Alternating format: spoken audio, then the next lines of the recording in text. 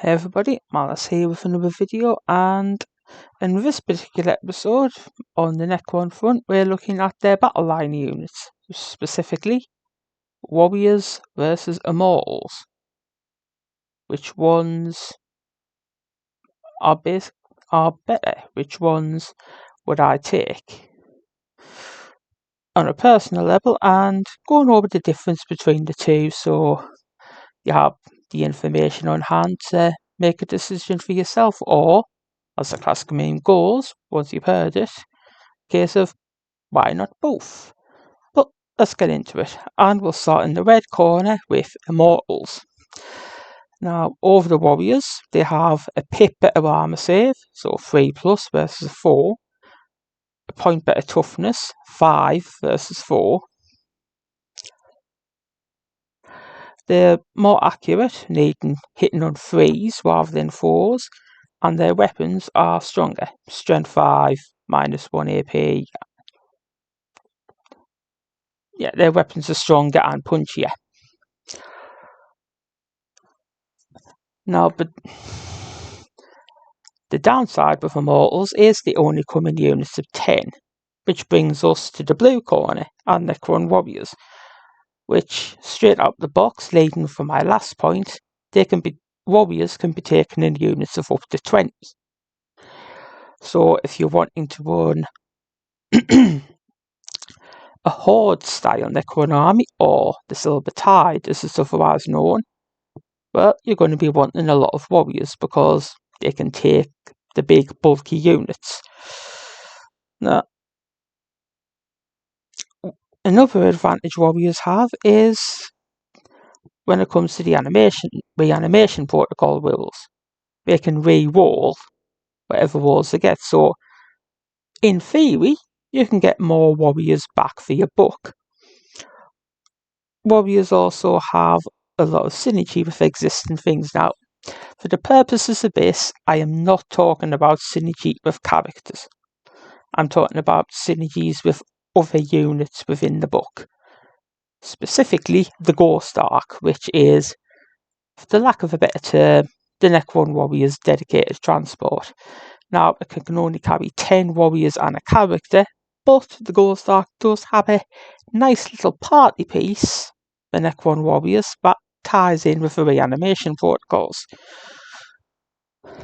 That is the repair barge ability. So, once per turn, just after an enemy unit finishes attacking, if the Ghost Arc is within 3 inches of the Necron Warrior unit that's been shot, or hit, or whatever, you can activate that unit's reanimation protocols. So, essentially, you can get a straight riposte from whatever models have been downed in that particular round of fighting, be it melee, shooting, whatever else. So it's like, I've taken down 4 of your dudes. That's fine. 2 of them got back up again.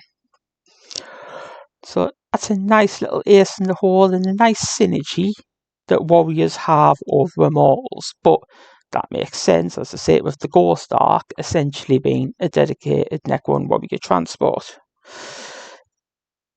Now, Warriors also have very good synergy with the Canoptech Reanimator.